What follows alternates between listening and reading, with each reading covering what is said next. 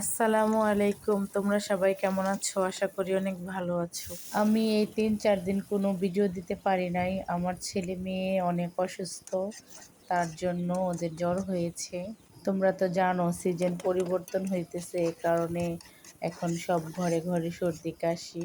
এখন থেকে আমি যাই রান্না করি না কেন তোমাদের সাথে শেয়ার করব। তাছাড়া ছেলে মেয়ে নিয়ে তো ভিডিও বানানো যায় না, ওরা তো অনেক ছোট। তারপর আমি যাই রান্না করি তোমাদের সাথে শেয়ার করি। এমনি তো ঠান্ডা কাশি জ্বর হলে মনে হয় যে ঝাল ঝাল কিছু খাই, শরীরটাও তেমন ভালো নয়। তার জন্য আজকে ভর্তা বানালাম, ধুন্দুল ভর্তা, একদম অনেক ঝাল দিয়ে। শুকনো মরিচ, কাঁচা পেঁয়াজ, সরিষার তেল দিয়ে ভালো করে ভর্তাটা মাখিয়ে নিলাম।